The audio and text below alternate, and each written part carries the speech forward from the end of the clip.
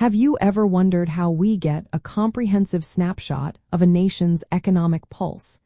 It is like taking a deep dive into the collective financial activity of an entire country. At its core, gross domestic product, or GDP, measures the total monetary value of all the finished goods and services produced within a country's borders in a specific time period, typically a year or a quarter.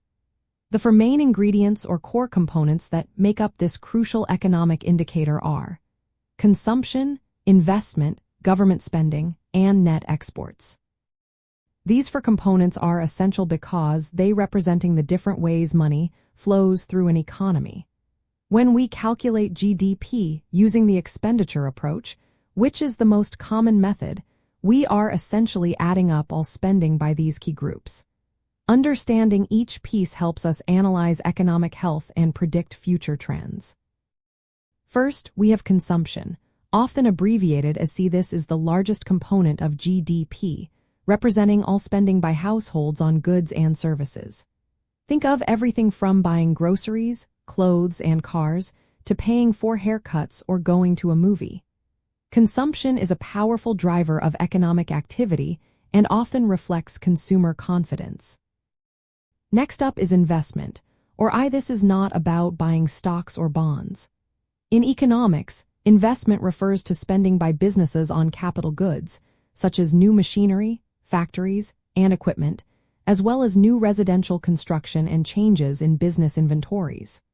This type of spending is vital for future economic growth because it increases a country's productive capacity. Then there is government spending, designated as G. This includes all spending by local, state, and federal governments on goods and services, such as building roads, paying salaries for public employees, and purchasing defense equipment. It is important to note that government spending for GDP purposes specifically excludes transfer payments, like Social Security benefits or unemployment insurance, because these payments do not representing new production. Finally, we have net exports, or NX. This component captures the impact of international trade on a nation's economy.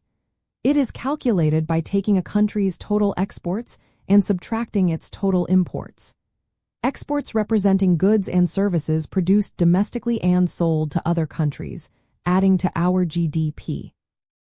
Imports are goods and services produced abroad and purchased domestically, and since they were not produced within our borders, they are subtracted from our GDP calculation. So, the fundamental equation for GDP using the expenditure approach is simply GDP equals C+I+G+NX. By tracking these individual components, economists can identify which sectors are growing, which are lagging, and how policy changes might impact overall economic output. For instance, a surge in consumption might signal a robust economy, while a decline in investment could indicate future slowdowns. These four components collectively representing what economists call aggregate demand, which is the total demand for goods and services in an economy. Analyzing shifts in consumption, investment, government outlays, and trade balances provides deep insights into the underlying forces driving economic expansion or contraction. This granular view allows for more precise policy responses to steer the economy in a desirable direction. Understanding these core components of GDP provides you with a powerful lens to interpret economic news and national performance. It is not just about the big number, but about the critical forces behind it. Knowing whether growth is driven by consumer spending, business investment, government initiatives, or international trade helps paint a clear picture of a nation's economic structure and its potential for sustainable prosperity.